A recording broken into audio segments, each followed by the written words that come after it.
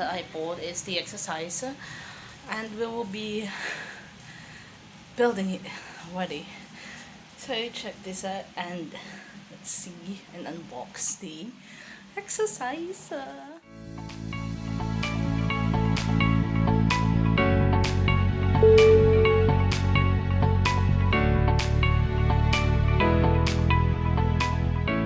I didn't expect that this study bag is kind of a bit hard to assemble because the manual is quite confusing. So for me to assemble this, I'm watching a tutorial on YouTube.